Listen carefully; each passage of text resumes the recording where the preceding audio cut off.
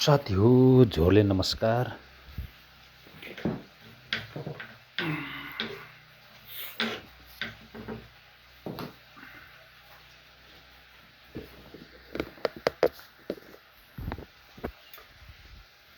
Light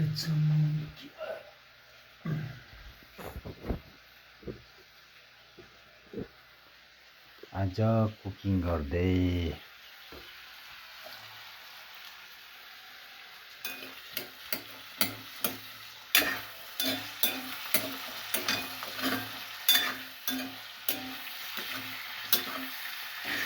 मासु भोट्दै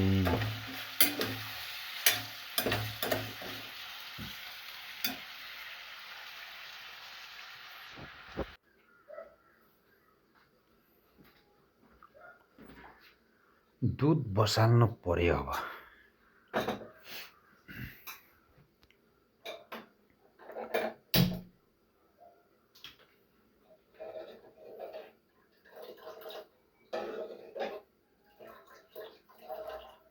एक साइडमा दुध पाक्दै एक साइडमै मासु पाक्दैछ साथी हो।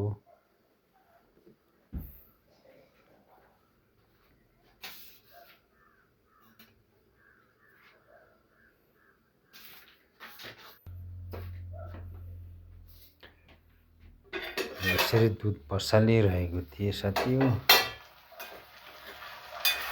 ध्यान जति टिकटकमा यसो टिकटकतिर हेर्न आउँदा त दुध त भुइँभरि साथी हो। त्यही भएर ध्यान जे काम गर्छ त्यहाँ दिनु होला साथी हो। दुध बसाल्नु छ भने दुध पाकेर मात्र बाहिर अरूतिर ध्यान दिनु होला। नआए भने चाल फेरि यस्तै हुन्छ मेरो जस्तै।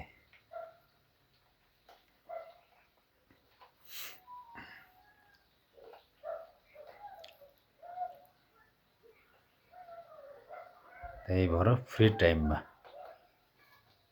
किचनतिर केही नबसालेको टाइममा मोबाइलतिर टिकटकतिर ध्यान दिनु होला है साथी हो। उता खाना बनाइराख्ने, उता मासु पकाइराख्ने, उता दुध उमाल्ने, चिया उमाल्ने, केही बसाल्नु छ भने त्यो भेर पाकेर मात्रै गर्नु होला।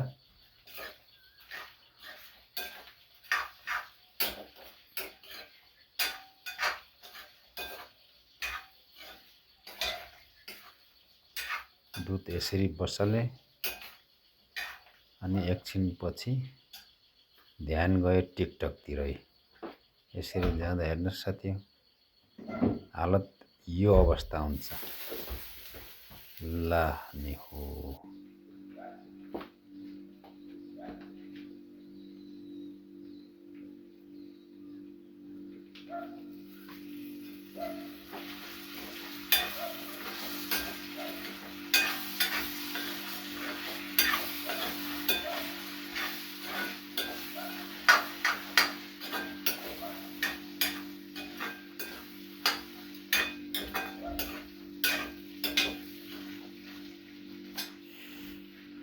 पक्रिने बित्तिकै जब सफाइ गरिहाले अनि त फेरि अलिअलि सुनिन्छ नि हो साथी हैन। एक दुईवटा वचन सुन्नुपर्छ।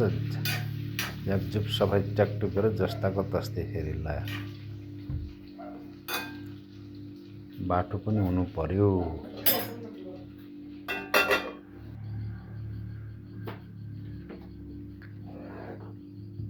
अब मासु पाकेको अवस्था पाक्यो। अब चिया बनाउनु पर्यो। आधी दुध त फालियो।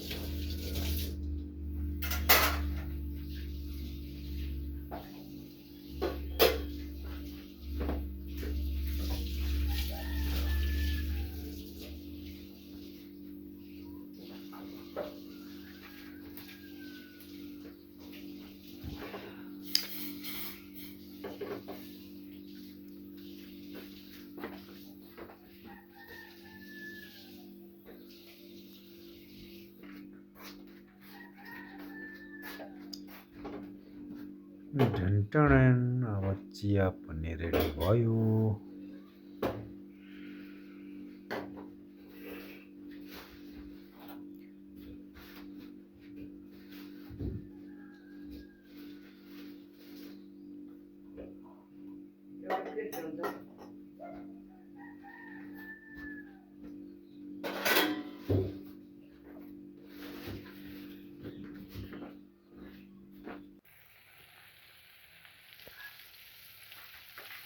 चिया पनि रेडी, खाना पनि रेडी।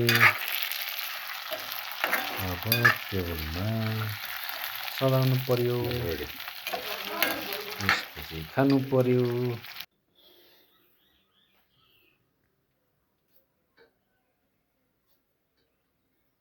चाहिँ यो हो गिठा, गिठा भन्छ साथै गिठा।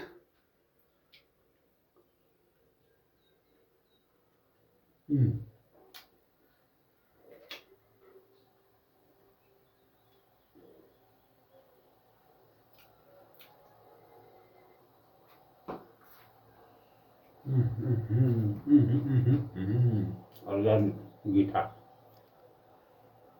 ल साथी।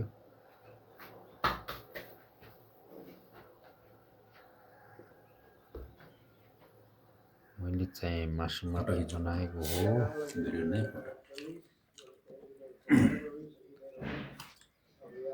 अरू होइन मैले बनाएको।